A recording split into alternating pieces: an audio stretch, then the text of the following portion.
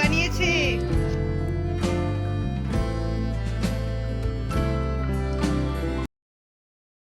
Hello viewers, welcome back to my YouTube channel. আপনারা সবাই কেমন আছেন? আশা করছি খুবই ভালো আছেন, আমরাও ভালো আছি। আজকের ব্লগটা আমি এই ফুল তোলা নিয়েই স্টার্ট করছি। তো আমার হাজব্যান্ড অলরেডি বেরিয়ে গেছে অফিসে, তো আমি পরে স্নান টান করে ফুল তুলতে চলে এসেছি।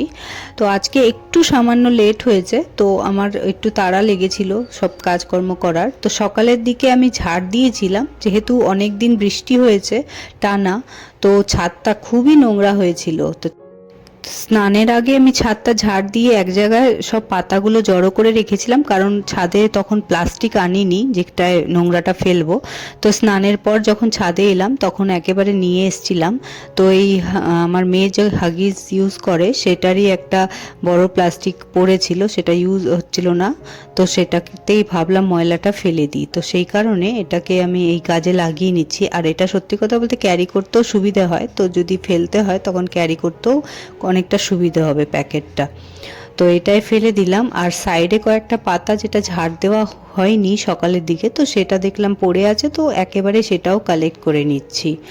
আর সকালের দিকেই যেহেতু আজকে একটু রোদের আমি আলো দেখতে পেয়েছিলাম, তো সেই কারণে সকালবেলায় ওই যেগুলো কাপড়গুলো ঘরের ভেতরে মেলা ছিল সেগুলোকে সকালের দিকে মেলেই গেছিলাম। তো সেগুলো এখন এখন অনেকটা শুকিয়ে গেছে, তো যেগুলো শুকিয়ে গেছে সেগুলোকে নিচে নিয়ে চলে যাব। আর স্নানের সময় যে কাপড়গুলো নতুন করে আজকে কাচলাম সেগুলোকে আমি এখানে মেলে দেব। তো যেগুলো হালকা শুকিয়েছে, মানে খুব একটা শুকায়নি, মানে সকালে যেগুলো মেলেছিলাম একটু বেশি ভেজা ছিল, সেগুলো হালকা শুকিয়েছে, তো সেগুলোকে একটু উল্টে পাল্টে দিচ্ছি। আর যেগুলো একদম শুকিয়ে গেছে সেগুলোকে নিয়ে চলে যাব। তো আমি ছাদে এলে ওই 10 বার করে ছাদে 10টা কাজ করতে আসবো সেটা আমি করি না। তো আমি কি করি, একেবারে যেই যেই কাজগুলো আমার ছাদের মধ্যে করার থাকে সেগুলো একেবারে ভেবে চিন্তেই আসি। যেমন ফুল তোলা একটা কাজ, তারপরে কাপড় মেলা, তারপর ছাদ ঝাড় দেওয়া, তো প্লাস্টিকটা আনার কথা ছিল, তো সবই আমার মাথায় ছিল যে এই 3টে কাজ আমি একেবারে সারবো। আর এদিকে কলও রয়েছে, তো হাত ধুয়ে ধুয়ে কাজ করতে পেরেছি, কোনো অসুবিধা হয়নি।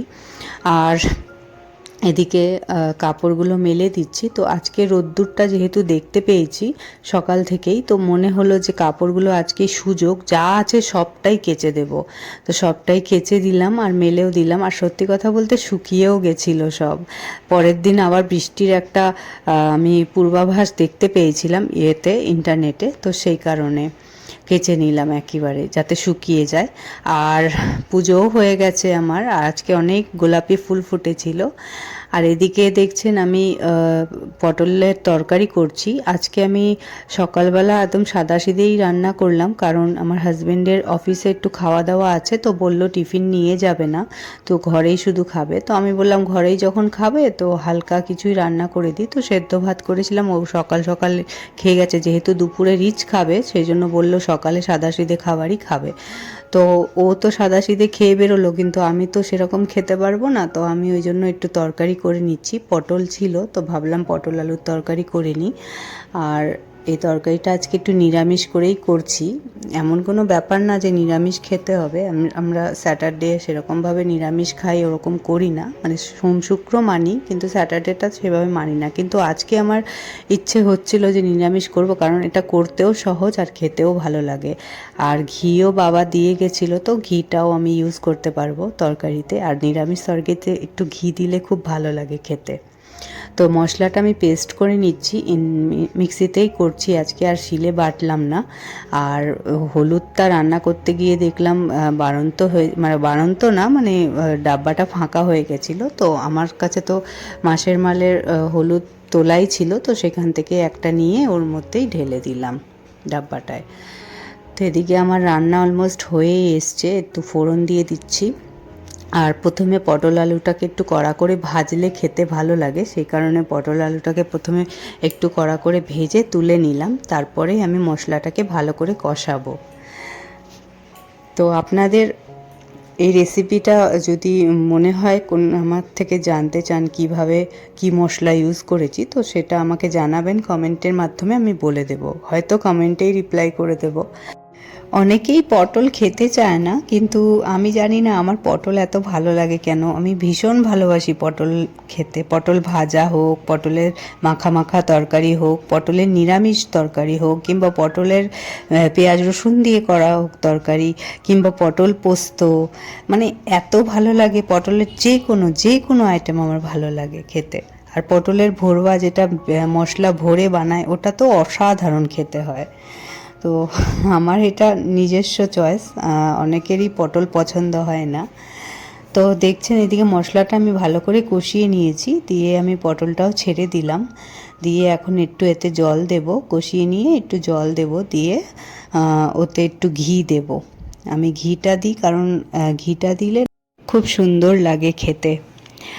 আর এদিকে পটলের তরকারি হয়ে গেলে আমার আর অন্য কোনো রান্না আজকে আর করার নেই, কারণ সকালে আমি ডাল ভাত একরকম ভাজা করেছিলাম, তো সেটাও আমি খেয়ে নিতে পারবো। তো রান্না হয়ে গেলেই আমি কাজে বসে পড়বো অফিসের। আর আজ যেহেতু স্যাটারডে, তো আজ সেরকমভাবে চাপ থাকে না আমাদের অফিসের। তো মোটামুটি 4:30 ছুটি হয়ে যায়। তো আজকে যেহেতু একটু সামান্য লেটে আমি জয়েন করছি, তো আমি একটু বেলা অবধি কাজ করব, মানে 4:30 ছুটি নেব না, মোটামুটি 5:30 6টা অবধি আমি কাজ করব। তো আমি এদিক থেকে একটু অনেস্ট থাকতে ভালোবাসি, মানে আমি এদিকে টাইম কম দিলে ওদিকে বেশি দিই। তো একটু ব্রেক নিয়ে দুপুরবেলা খাওয়া দাওয়া করে নিলাম। হ্যালো, আপনারা সবাই কেমন আছেন? আশা করছি খুব ভালো আছেন। আমি এখন অফিসের কাজ করছি। আর আজকে নতুন দিদি এসছেন আমাদের, মানে জয়তিদির শরীরটা খুব খারাপ, মনে হচ্ছে কয়েকদিনের ছুটি, মানে কয়েকদিন আসবে না। তো যতদিন আসবে না ততদিন এই নতুন দিদিটা আমার মেয়েকে সামলাবে। তো মানে আমি এখন ওই ঘরে আজকে বসিনি কাজে, কারণ কি আমার মনে হচ্ছিল মেয়ে ওনার সঙ্গে অ্যাডজাস্ট করুক, আমাকে দেখলে আমার কাছেই শুধু থাকতে চাইবে। তো উনি তো চেনা লোক নয় ওর জন্য, তো আগে চিনুক তারপর। তো ওকে ওইখানে অ্যাডজাস্ট করতে দিয়েছি, আর আমি অন্য ঘরে, ছোট ঘরে কাজে বসেছি। তো প্রচুর কাজ করলাম। এখন ঘড়িতে বাজে হচ্ছে 3:45। তো 3:45 বাজে এখন। তো ভাবলাম একটু আপনাদের সঙ্গে কথা বলি, তারপর আবার কাজে বসবো। তো আপনারা দেখতে থাকুন, আশা করছি ব্লগটা খুব ভালো লাগবে। আর আমার মেয়ে এখন ঘুমোচ্ছে, ওই দিদিটাও পাশে ঘুমোচ্ছে, তো দুজনেই এখন ঘুমোচ্ছে। তো দেখলাম মেয়ে ভালোই মানে অ্যাডজাস্ট করছে ওনার সঙ্গে, কান্নাকাটি একদমই করেনি।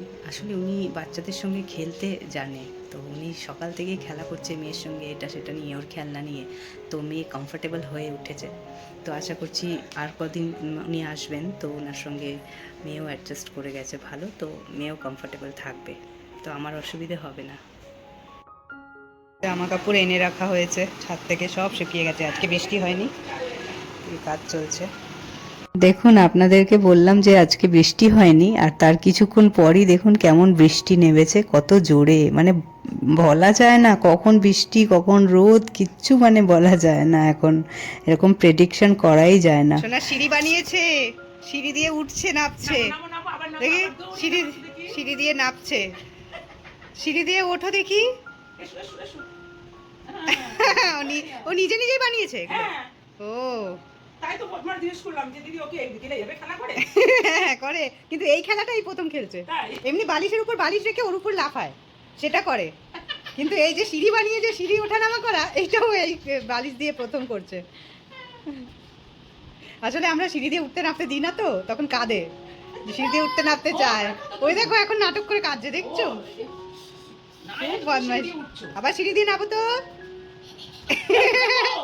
নেমে গেছে সিঁড়ি দিয়ে, আবার ওঠো সিঁড়িতে। তো দিদিটাকে বলেছিলাম আমার মেয়ের জামাটা চেঞ্জ করিয়ে দিতে, একটু ফ্রেশ করিয়ে দিতে, তেল ঠেল মাখিয়ে। সকালে একবার তেল মাখানো হয়, আবার সন্ধেবেলাও একবার তেল মাখানো হয়। তো দিদিটাকে আমি বললাম যে দুবেলা করা হয়, তো সেই জন্য এখনও একটু চেঞ্জ করে দাও ড্রেসটা। তো ওকে ফ্রেশ করিয়ে দিয়ে একটা হালকা পাতলা জামা পরিয়ে দিয়ে তারপর দিদিটা বেরিয়ে গেছে। তো আমাদের তো অফিস 4:30 অবধি আজকে থাকে, কিন্তু আমি একটু বেশিই কাজ করেছি, আজকে একটু চাপ ছিল, তো আমি ওই মোটামুটি 5:30 অবধি কাজ করেছি, 1 ঘন্টা এক্সট্রা দিয়েছিলাম। তারপরে আমি ল্যাপটপটা ও ঘরে নিয়ে চলে গেছি, আর এই চার্জারটা এই ঘরে রয়েছে, এখনই এটা গুছিয়ে নেব, ভালো করে খুলে নিয়ে ওই ঘরে রেখে আসব। তো এই ঘরটা একটু গুছিয়ে নিই, তার আগে কাপড়গুলোও গুছিয়ে নিলাম, যেগুলো মানে শুকিয়ে গেছিলো সেগুলোকে এক জায়গায় জড়ো করে রেখেছিলাম। কিছু কাপড় তো অনেক আগেই গুছানো হয়ে গেছে, আবার কিছুটা এখন করলাম। তো এদিকে দিদি বেরিয়ে গেছে যেহেতু, আমি ও ঘরে গিয়েও একটু বিছানাপত্র ঝেড়ে আমি মেয়ের সঙ্গে একটুখানি সময় কাটাবো। তো এটাই আমার প্ল্যান রয়েছে। তো মেয়েকে তো আপনারা দেখছেন কেমন দুষ্টুমি করে, ছোট ছোট দুষ্টুমি, যেটা খুব কিউটও লাগে এক এক সময়, বলতে নেই তাও বলছি। মানে ও পেন দিয়ে লিখবে ডায়েরিতে। আমার ডায়েরিটা একদিন আপনাদেরকে দেখাবো, কি দশা করেছে ডায়েরিটার। আমার আর দেখানো হচ্ছে না ডায়েরিটা, আমি ঠিক দেখাবো আপনাদের। দেওয়ালে পেন দিয়ে ঘষে, সেটা তো ভাড়া বাড়ি, ওরকম করতে দেওয়া তো একদমই যায় না, ওই কারণে পেন আমরা লুকিয়ে রাখি। আর ওকে যদি দিই তাহলে ওর সামনে বসে থাকি, যাতে ও এদিক ওদিক পেনের মার্ক না করে দেয়। তো বিছানাটা আমি ভালো করে ঝেড়ে নিচ্ছি। তো আমি পুতুলগুলোকে ভালো করে সাইড করে রাখতে যাচ্ছিলাম, তো সেই সময় মেয়ে বলছে পুতুল দিয়ে খেলবে, পুতুল দাও পুতুল দাও। তো আমি আবার বাধ্য হলাম ওকে পুতুলগুলো হাতে ধরিয়ে দিতে, কিন্তু খেললো না। ওই আমি বিছানাটা ঝাড়ছিলাম, বলছে ঝাড়ুটা ওর হাতে দিতে হবে, বায়না করছে এখন ঝাড়ু দাও ঝাড়ু দাও, আমি ঝাড় দেবো। তাই আমি বলছি ঠিক আছে, আমি একটু ঝেড়ে নিয়ে তারপর তোমাকে দিচ্ছি। তো আমি বিছানাটা একটু ঝেড়ে নিলাম আর তারপর ওকে দৌড়িয়ে দিলাম, আর ওইটা দিয়েই খেলবে। পুতুলগুলোর কথাই ভুলে গেল। তো যখন দেখলাম পুতুলগুলো দিয়ে আর খেলছে না, তখন আমি চুপ করে পুতুলগুলো নিয়ে এসে আবার জায়গায় রেখে দিলাম। তো একটা পুতুল খাটে রাখলাম, তারপর বাকিটা রেখে দিলাম যেখানে থাকে সেখানেই। তো এদিকে আমার বিছানা গুছানো হয়ে গেলে আমি করব, একটুখানি চুল টুল আঁচড়াবো, কারণ কি আজকে শ্যাম্পু করেছিলাম, আপনারা তো দেখলেন সকালবেলা, কিন্তু ভালো করে জটফট ছাড়ানো হয়নি। আর তেলের পরিমাণটা অনেক বেশি ছিল চুলে, যে কারণে এখনও মনে হচ্ছে একটু আঠা আঠা ভাব আছে। আমি আবার একদিন মাথা ঘষে নেব। তো এদিকে ঘরটা একটু ঝাড় দিয়ে নিচ্ছি, কারণ কি বিছানা গোছালাম যখন একটু ময়লা পড়েছিল, তো ঝাড় দিয়ে নিচ্ছি। এরপর আমি চুলটা বাঁধবো। তো আপনারা আমার ভিডিও দেখেন কি না আমি ঠিক বুঝতে পারছি না, ভিউজ তো খুব একটা পাচ্ছি না, কিন্তু যদি আপনাদের আমার ভিডিও ভালো লেগে থাকে লাইক অবশ্যই করবেন প্লিজ। আর আমার চ্যানেলটাকে যদি সাবস্ক্রাইব না করে থাকেন তাহলে প্লিজ সাবস্ক্রাইব করে দেবেন। তো এদিকে দেখছেন আমি চুল আঁচড়াচ্ছি, তখন আয়না দিয়ে দেখা যাচ্ছে মেয়ে কীরমভাবে ঘুরে ঘুরে খেলা করছে। এই অ্যাক্টিভিটিসগুলো ভিডিওর মাধ্যমে রেকর্ড হয়ে যাচ্ছে, তো একরকম স্মৃতি হিসেবে এগুলো আমার কাছে খুব গুরুত্বপূর্ণ। আর আমার মেয়ে যখন বড় হবে তখন এগুলো দেখবে, তো ওরও হয়তো ভালো লাগবে দেখতে এগুলো, যে ও কী করতো ছোটোবেলায়। আর এদিকে আমাদের আজ খুব একটা ভ্লগ এরপর আর শ্যুট হয়নি, তো সেই কারণে আমি এই অবধি ভ্লগটা রাখছি। আর এমনিও আজকের ভ্লগটা অলমোস্ট 14 মিনিটের হয়ে গেছে, 13 মিনিট সামথিং সেকেন্ডস, তো অনেকটাই বড় হয়ে গেছে। আমি এত বড় ভ্লগ তো ছাড়ি না, আজকে অনেকটাই বড় হয়ে গেল ভ্লগটা। তাহলে আজ এই অবধি থাক, আবার দেখা হবে নেক্সট ভ্লগে। আপনারা ভালো থাকবেন, সুস্থ থাকবেন, টেক কেয়ার অফ ইয়োরসেলফস।